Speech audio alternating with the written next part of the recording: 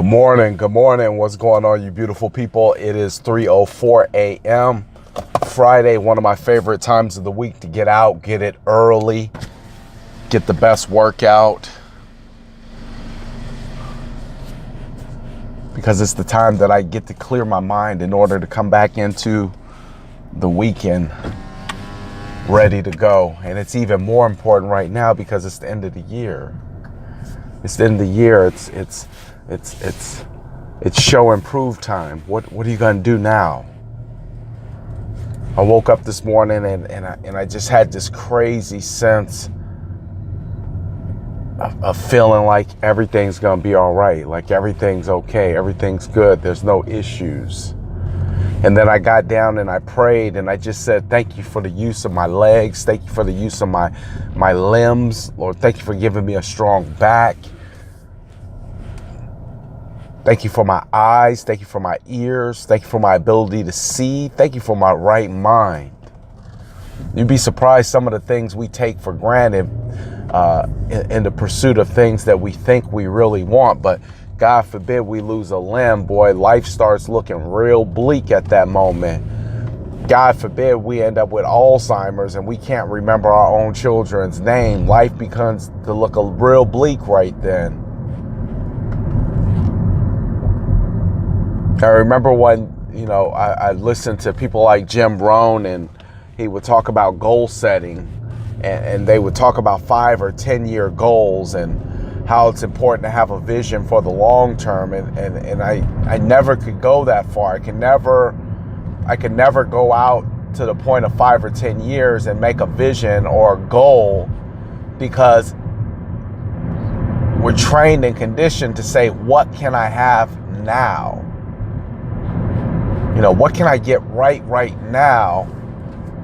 And some of that gratitude of just, hey, thank you for my hands working. Thank you for my brain still being in good condition. Thank you for my eyes that I can see and my ears where I can hear. Thank you that I can take in these deep breaths. Something about being thankful for the things that we take for granted is it paints a bigger picture about why we should be looking further ahead than just what can we do today? Because if we actually look at it and we put it in perspective, we say, it'd be good to have our life planned out. Or a long-term goal that we could at least look towards and be thankful for. Something that drives us each and every day. I mean, we're already at the end of the year and I've already devised what my business plan was, what my business goals were, specifically. Exactly, all the way down to the 10th.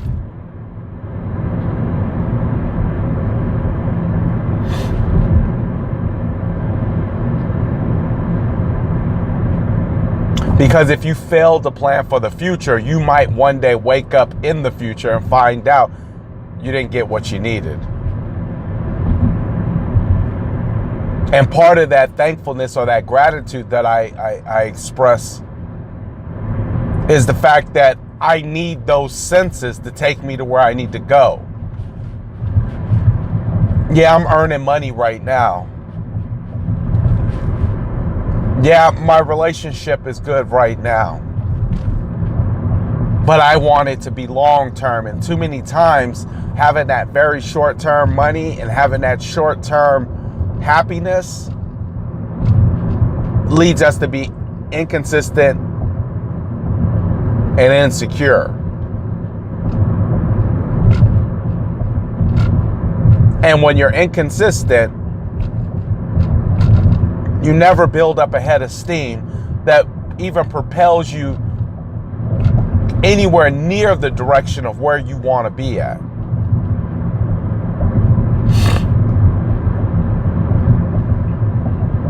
And when you're insecure, it makes you too scared to even try.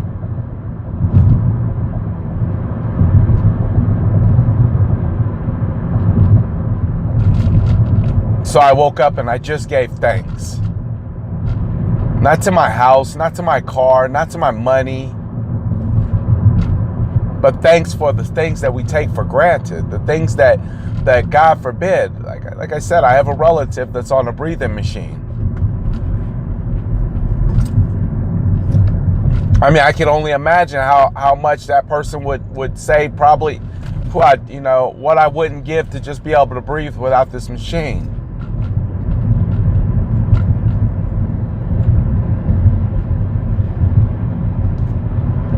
What I wouldn't sacrifice.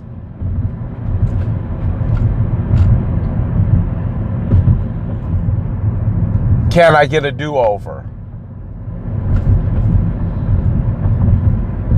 Right?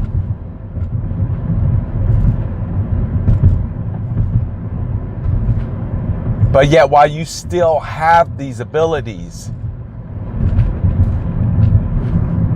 you keep looking past them and asking for something else, and never once stopping to consider for the fact that you still have something that's very precious, which is the things that you were born with. Everything else is extra, but not everything is guaranteed that you were even born with.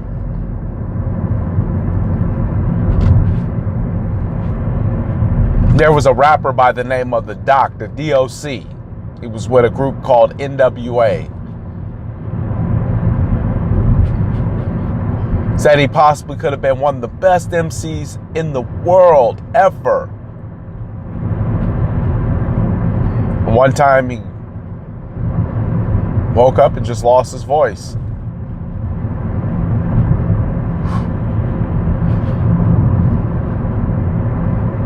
I read the story of Len Bias, the Maryland basketball phenom.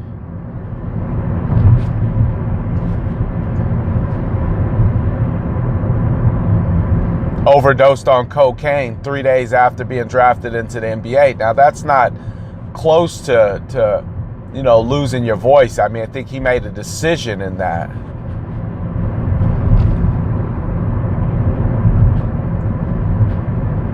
But just think about all the gifts that were left on the table.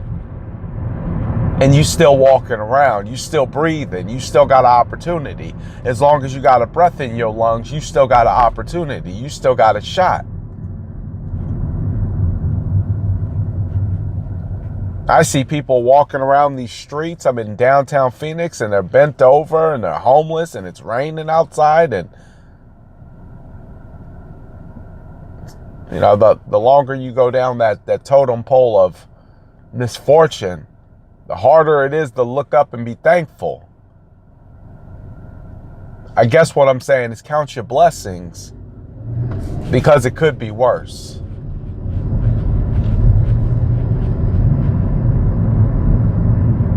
However you need to put that in perspective to empower you to another level of greatness, it could be worse.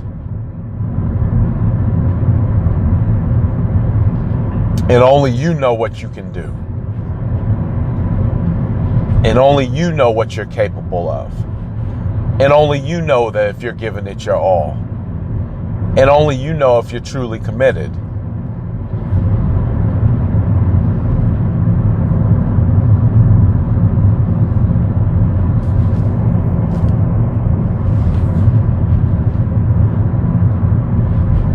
I'm a true believer that if you can't be thankful for the things that you've already been given, it's real hard to give you anything extra. Kind of reminds me of talking to a 6-year-old. I'd tell my son.